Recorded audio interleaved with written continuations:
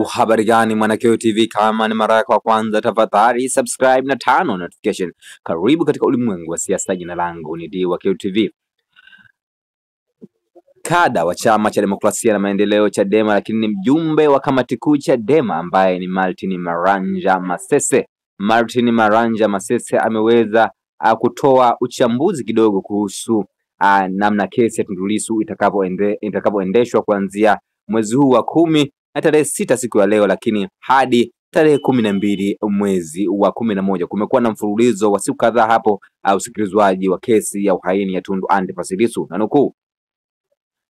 Na nukuu aliyoandika Martin Maranja Masese: Jamhuri vs Tundu Antipas Lissu. Kesi ya uhaini Jamhuri vs Tundu Lissu inatarajiwa kusikilizwa mfululizo kuanzia Jumatatu saa 4 asubuhi ya tarehe 6 mwezi wa 10 mwaka 2025 hadi tarehe 24 mwezi wa 10 mwaka 2025 na kuendelea kuanzia tarehe 3 mwezi wa 11 hadi mwaka 3 mwezi wa 11 mwaka 2025 hadi tarehe 12 mwezi wa 11 mwaka 2025.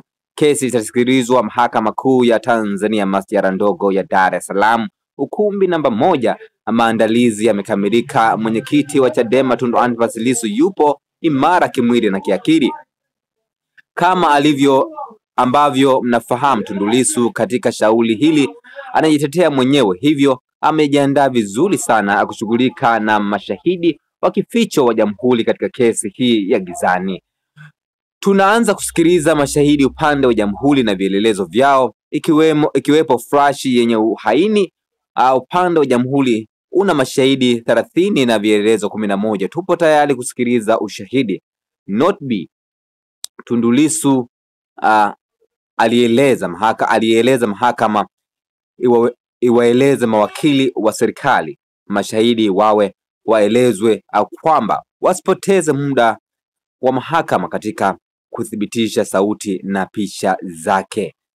Mwisho kunukuu hichi ambacho ameandika mjumbe wa kamati kuu Chadema ambaye ni Martin Maranja Masese.